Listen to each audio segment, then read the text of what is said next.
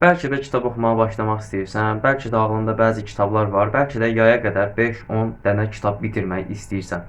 Yəni bir sözlə desək, kitab oxuma vərdişini həyat fəlsəfən etmək istəyirsən, ancaq alındıra bilmirsənsə, bunun müəyyən səbəbləri vardır və bu gün sənə kitab oxuma vərdişini necə həyatına əlavə edə biləcəyin, kitab oxurkən nələr qazanacağın və nələr itirəcəyin mövzusuna da bir toxunaq. Kanalıma xoş gəldin.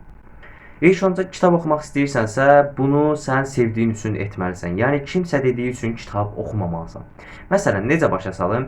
Tutaq ki, biri sənə qarşına vergi haqqında bir kitab qoyur. Məsəl üçün, vergi növləri, vergi haqqında, ümumiyyətlə vergi haqqında belə bir kitab qoydu. Çox da məlumatlı olmasa da bir nümunə vermək istədim. Və əlbəttə ki, o kitab sənə sıxıcı gələr və oxumazsan. İndi bilmirəm, məsələn, bəzi insanlara maraqlı gələr, bəzi insanlara maraqsız gələr. Məsələn, sənə biologiyanın fəlsəfəsi adlı bir kitab versələr ki, ala bunu oxu, sən deyərsən, yox, bu kitab mənlik deyil və kitab oxuma vərdişini həyatına almazsan. Niyə? Çünki kitab sənə sıxıcı gəldi. İlk olaraq hansı tip kitabı sevdiyini müəyyən etməlisən. İndi sənə üstünə nümunə verəcəm. Bax, məsələn, şəxsi inkişaf kitabı ola bilər ki, haqqında söhbət etdiyimiz bir kitabdır. İradə tərbiyəsi çox gözəl kitabdır, tövsiyə edərəm. Tutaq ki, şəxsi inkişaf sevirsənsə, İradə tərbiyəsi oxuya bilərsən və ya bədii ədəbiyyat sevirsənsə, məsələn, Koroğlu dastanı, mən Koroğlu dastanı oxuyuram, bunu oxuya bilərsən.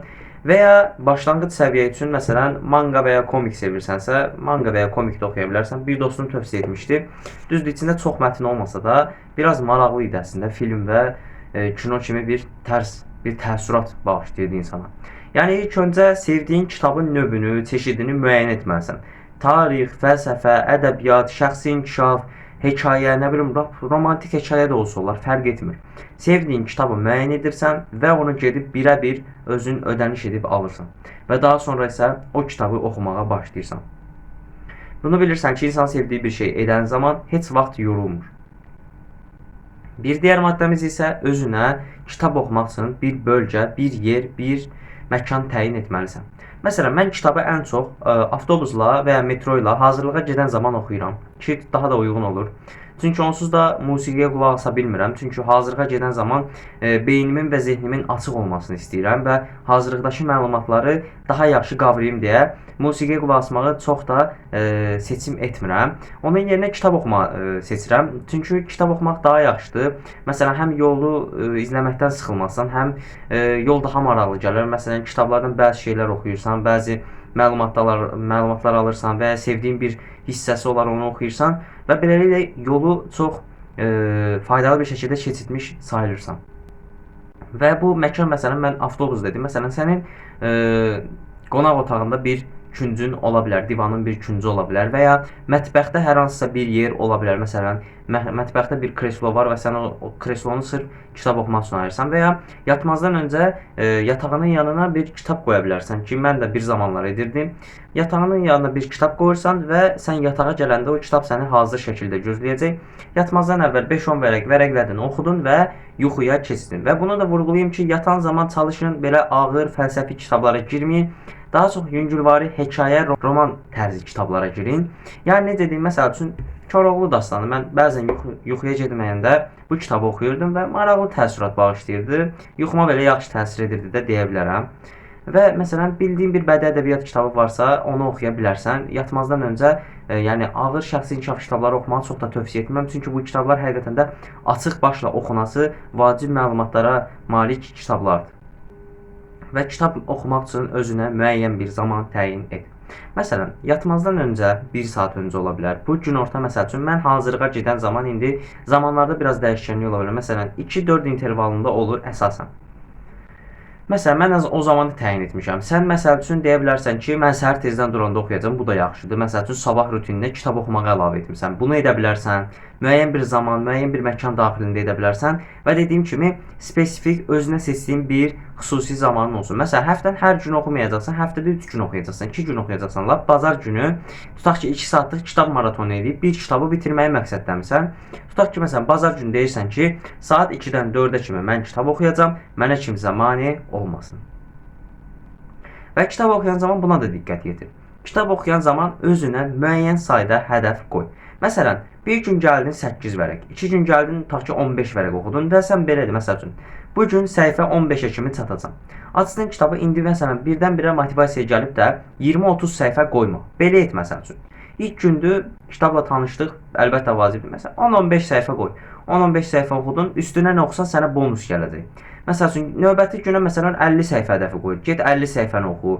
Sonra 100 səhifə, 150 səhifə belə-belə artıra-artıra get və optimal bir rəqəmə çatdıqdan sonra saxla. Çünki həyat təkcə kitab oxumaqdan ibarət deyil, onu bilirik. Bəzilərimiz məsəl üçün hazırlıqlara gedir, bəzilərimiz idman edir, bəzilərimizin başqa-başqa həyat tərzi var, amma kitabı da həyat tərzimizə əlavə etməyimiz həqiqətən bizim üçün çox yaxşı olar. Ümumiyyətcə kitab oxumanın faydaları məncə kifayət qədər bilirsən. Fokusu artırır, yaddaşı gücləndirir. Məsəl üçün bəzi şeylərə qarşı insanlarda tolerans inkişaf elətdirir. Məsələn, normalda çox səbirsiz insansansa kitab oxuyaraq səbrini də inkişaf elətdirə bilərsən. İtirəcəyin tək şey məncə zamandan başqa bir şey olmayacaq. Əlbəttə kitab seçimində düzgün olmalıdır. Məsəl üçün yaşına uyğun və ya yanlış fəlsəfi görüşlü kitabları seçməməlisən. Amma məsələn maraqlanma məqsədi ilə oxuya bilərsən və təsir altına düşəcəyin şiddətdən uzaq kitablara yönəlməyini istəyirəm. Çünki bəzən şiddət də insana pis təsir edə bilər. Və məsələn sırf maraq üçün amma arada sırada bir bir şiddət, bir cinayət kitabı məsəl üçün əgər marağın varsa oxuya bilərsən. Düzdür, çox da tövsiyə etməsəm də, məsələn tutaq ki, hüquqa hazırlaşırsansa, bu tərz şeylər sənə maraq eləyirsə, ki gələcəkdə ixtisasın olacaqsa, yəni niyə də oxumayasan? Ən azından təcrübəli olarsan deyə belə düşünürəm. İndi hərənin zövqü başqadır, hərənin kitab seçimi başqadır. Məsələn, sən şəxsi inkişafı sevməyə bilərsən, bədii ədəbiyyatı sevə bilərsən və ya bir digər şəxsi inkişaf kitabı sevər, bədii ədəbiyyat sevməz. Və ya məsələn, pul qazanmağın rahat yolları adlı kitablar var. Yəni müxtəlif növ kitablar var. Biznes, maliyyə üzrə var. Məsələn, münasibətlər üzrə o qədər kitablar var. Yəni kateqoriyalar çox çeşidlidir. Həqiqətən də sanki telefonda oyun oynayırmış kimi kateqoriyalar həqiqətən çoxdur və istədiyin kateqoriyada, istədiyin adam aid kitabı tapacağına bir o qədər də əminəm və zəmanət də verirəm. Yəni necə deyim, kitab oxuyarkən itirəcəyin tək şey zaman olacaq, amma qazanacağın o zamanın yanında heç nə, zaman onun yanında heç nə qalır. Həqiqətən də bunu deyərdim. Kitab oxumaqla bağlı müəyyən qədər sualların varsa, hansı kitablarla başlamaq istəyirsənsə, hansı kateqoriya ilə başlamaq istəyirsənsə və ya kitab oxumaqla bağlı bu videoda məsəl üçün bəzi şeyləri toxundum, amma bəzi şeylər əminəm ki qaldı. Qaranlıq qalan məqamlar varsa, şərhlər qismində bizlərlə bölüşməkdən çəkinmə. Eyni zamanda şəxsi inkişaf topluluğumuzun WhatsApp kanalını da açmışdım və orada səni gözləyirəm. 200 nəfərdən ibarət topluluğumuz səni gözləyir. Orada sorğu anketləri keçiririk. Şəxsi inkişafla bağlı, müəyyən suallarla bağlı fikirlərimizi paylaşırıq. Eyni zamanda öz fikirlərimizi bölüşüb, eyni zamanda da bir çox üzvə fikirlərimizlə dəstək oluruq. Sən də bu videoyu əgər buraya qədər izlədinsə, məncə o kanala dəvət edilməyə haqq qazanmısan. Səni də o kanala gözləyirəm. İzlədiyin üçün təşəkkür edirəm. Sağ ol. Salamat qal. Daim inkişafda qal.